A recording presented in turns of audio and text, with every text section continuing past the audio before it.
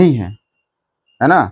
तो डॉक्टर साहब, तो तुम इतने दूर से गए हो, 10 किलोमीटर 20 किलोमीटर दूर से गए हो डॉक्टर साहब के पास, और वहाँ पर डॉक्टर साहब नहीं है, तुम्हारे दादाजी क्या कहेंगे? जब तक डॉक्टर साहब नहीं आएंगे मैं यहीं बैठूंगा। तो टाइम टच हुआ कि नहीं टच हुआ, है ना। अब डॉक्टर को आना है, फिक्स है कि नहीं फिक्स है? डॉक्टर आधे घंटे में आएगा, 1 घंटे में आएगा, आधे घंटे में आएगा, 20 मिनट में आएगा, 25 मिनट में आएगा, लेकिन डॉक्टर को आना क्या है? फिक्स है। तो टाइम टच हुआ कि नहीं टाइम टच हुआ? जिसमें टाइम टच होगा क्या होगा?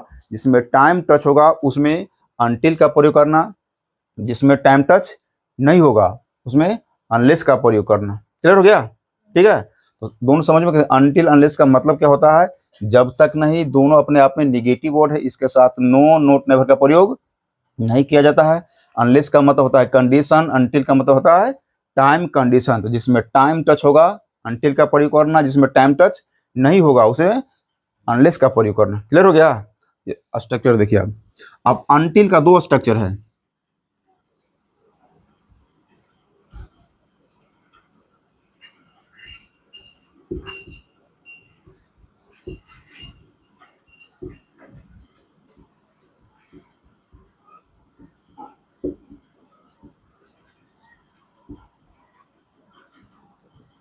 until subject v1 v5 plus other word subject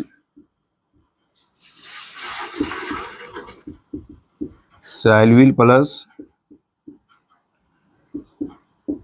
v1 plus other. देखो अब until, तो until पहले क्या बात है? until unless के साथ किसका प्रयोग किया जाएगा?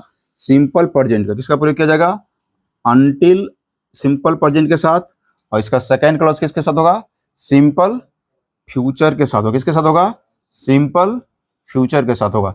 अब जब ये कंडीशनल होगा, जब ये कंडीशन बनेगा, तो अब डबल क्लॉज होगा तो सेंटेंस को आप आगे पीछे कर सकते हैं। ठीक है। तो देखिए अब इसको उठा करके यहां रख दीजिए।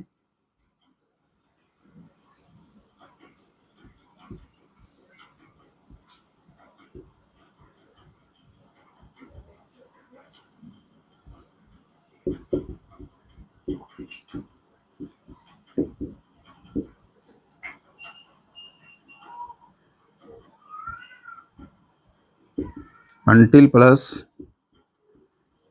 Subject plus v1 v5 plus other word. तो until का स्ट्रक्चर हो गया।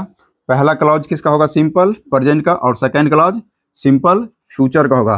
अब जब डबल क्लॉज होगा तो सेंटेंस को आप आगे पीछे कर सकते। इसको उठा के यहाँ पर रख सकते, इसको उठा करके यहाँ पर रख सकते हैं। दूसरा until का देखो, until प्लस सब्जेक्ट